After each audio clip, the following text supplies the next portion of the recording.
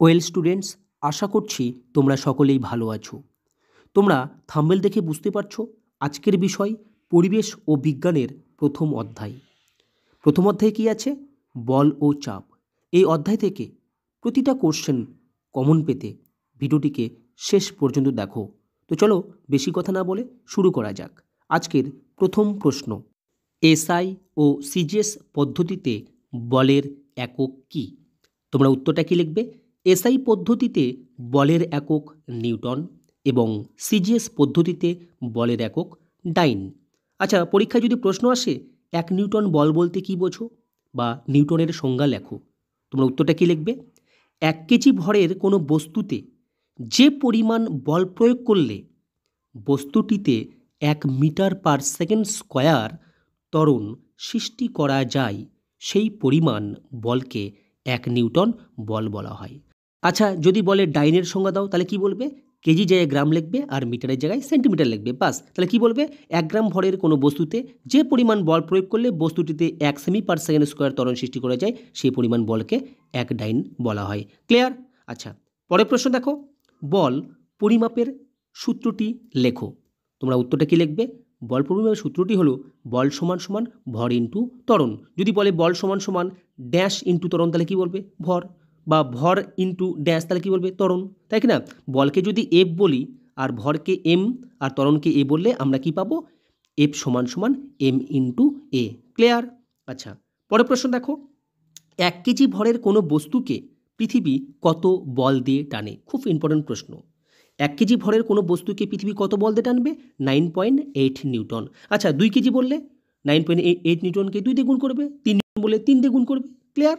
আচ্ছা, পরের প্রশ্ন দেখো, ঘর্ষণ বল সংস্পর্শে থাকা তল দুটির সাথে ড্যাশভাবে ক্রিয়া করে। তোমরা উত্তরটা কি লিখবে? ঘর্ষণ বল সংস্পর্শে থাকা তল দুটির সাথে সমান্তরালে ক্রিয়া করে। দেখো, এই ঘর্ষণ বল সর্বদা গতির বিরুদ্ধে কাজ করে, একটু মাথায় রাখবে কিন্তু। গতি যেদিকে ক্রিয়া করবে তার বিরুদ্ধে কিন্তু কিন্তু কাজ করবে। তাহলে ঘর্ষণ বল সর্বদা গতির বিরুদ্ধে কাজ করবে। আচ্ছা, পরের প্রশ্ন দেখো, বল পরিমাপক যন্ত্রের নাম কি? তোমরা উত্তরটা কি লিখবে? স্প্রিং তুলা। তাহলে বল পরিমাপক যন্ত্রের নাম হলো স্প্রিং তুলা। আচ্ছা, পরের প্রশ্ন দেখো, ঘনত্ব কাকে বলে ও এর একক কি? খুব সিম্পল জিনিস, একদম সোজা কথায় কি লিখবে? একক আয়তনের কোনো বস্তুর ভরকে ঘনত্ব বলে। অর্থাৎ কি বলবো আমরা ভরকে যদি আয়তন দিয়ে ভাগ করি, বাস, তাহলে আমরা কিন্তু ঘনত্ব পেয়ে যাব। ক্লিয়ার? আচ্ছা, সিজে পদ্ধতিতে ঘনত্বের একক কি? দেখো, ভরের একক কি সিজে পদ্ধতিতে?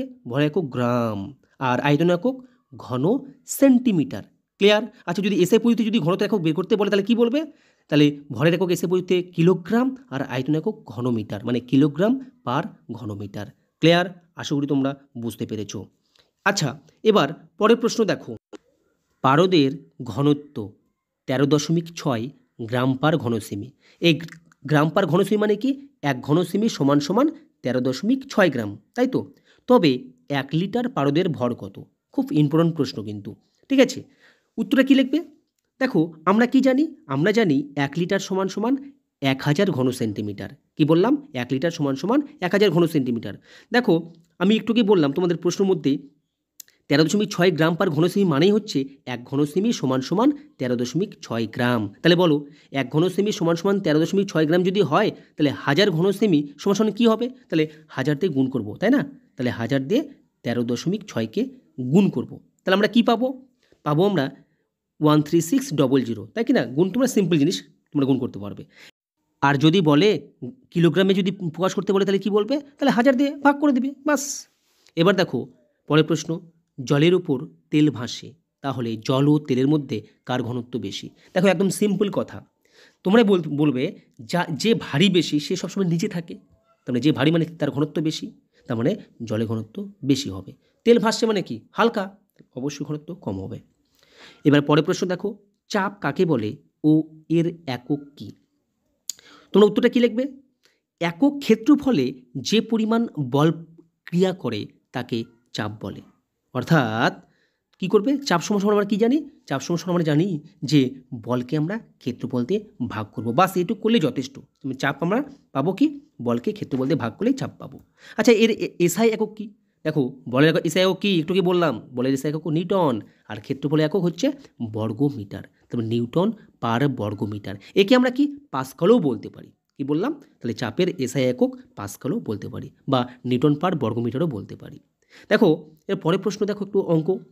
2 বর্গমিটার অঞ্চল জুড়ে 14 নিউটন বল কাজ করছে, চাপের মান কত? একদম সোজা। চাপ সমান মানে কি জানি? বল বাই ক্ষেত্রফল। বল কত আছে এখানে? 14 নিউটন। ক্ষেত্রফল কত আছে? 2 বর্গমিটার। 14কে 2 দিয়ে ভাগ করলে কত পাই? 7। 7 নিউটন পার বর্গমিটার মানে 7 পাস্কাল। ভিডিওটি ভালো লাগলে ছোট্ট একটা লাইক করে দিও।